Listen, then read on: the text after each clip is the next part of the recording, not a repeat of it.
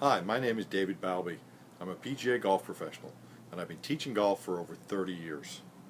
The number one question that new students ask is, how can I get rid of my slice with the driver?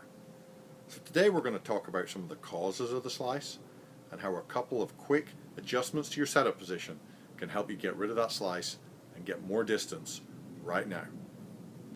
Take a look at the screen here and you'll see that on the left the spine angle in the setup is tilted to the right, that's away from the target, whereas on the right side of the screen the spine angle is vertical, maybe even tilted a little bit towards the target.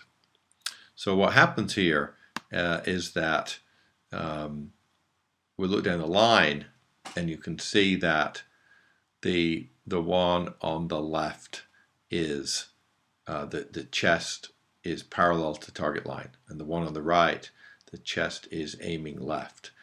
You may be able to see this by just looking at the left forearm. So if you look at where the elbow region, you'll see the left forearm is kind of visible above the right elbow, whereas on the right side of the screen you'll see that the left forearm really is not visible. And so what's happening here is that as the ball position has moved to the left for the driver, the upper body has also tilted in that direction. Usually it has something to do with vision and how you see the ball position. So then what happens next is that you can see here, even though these look like different colors, it's actually the same swing. So when the spine is vertical, then the shoulders point to the left. And looking here, when the spine is tilted, then the chest and therefore the shoulders are parallel with the target line. So what does that do to the ball? Well, here's what it does to the ball. When the forearms, therefore the upper body, is to the left and the spine is vertical, then the ball slices.